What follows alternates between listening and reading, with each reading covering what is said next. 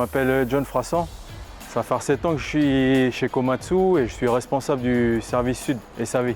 Nous sommes environ 200 personnes et plus précisément 192, donc répartis sur tout le territoire, la région nord, la région est et la région sud.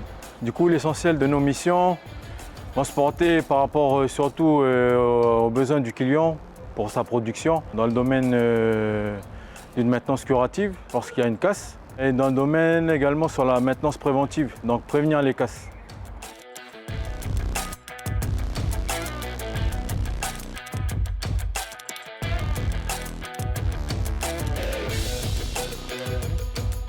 Je m'appelle Néa Joshua, je suis technicien SAV. Mon métier consiste à faire la maintenance des machines, des engins miniers, aussi bien dans le BTP ou dans le secteur minier. Là, on va faire une opération hydraulique sur la machine derrière moi, sur le tractopelle. Elle est arrivée directement d'Italie, comme on reçoit des machines autour du monde. Elle est destinée à tout ce qui est travaux de construction.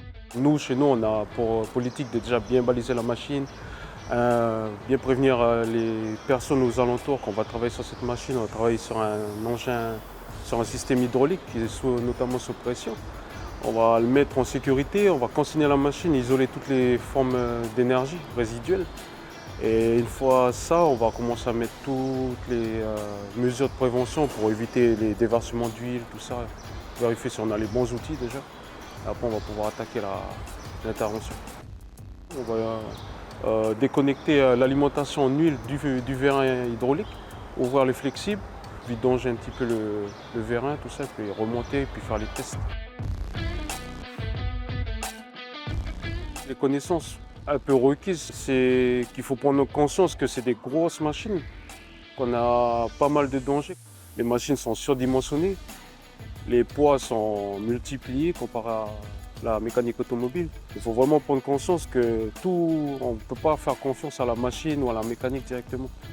Tu as une autre approche de la mécanique comparé à un mécanicien automobile. Et tout ce qu'on doit faire, on doit vraiment se poser pour réfléchir, pour éviter déjà de se faire mal, déjà de blesser quelqu'un aux alentours. Et à la fin, d'endommager encore plus la machine. C'est vraiment intéressant. Moi, je me compare souvent avec c'est un travail de fourmis en fait. Il y a plein de petites fourmis qui se baladent autour d'un gros caillou si on veut, puis si on ne travaille pas ensemble, on ne pourra jamais le faire bouger le caillou.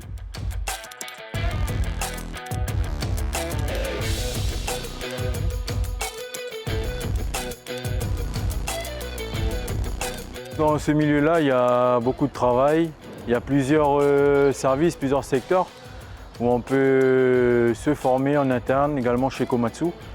Et voilà, le besoin crucial, c'est aussi sur la partie opérationnelle. On a besoin de ressources sur les machines. On est ouvert à tout profil, parce qu'on recherche c'est surtout des personnes qui sont dynamiques, notamment pour la jante féminine, parce qu'on commence à en avoir beaucoup, donc il n'y a pas de profil type, c'est juste être curieux et avoir envie.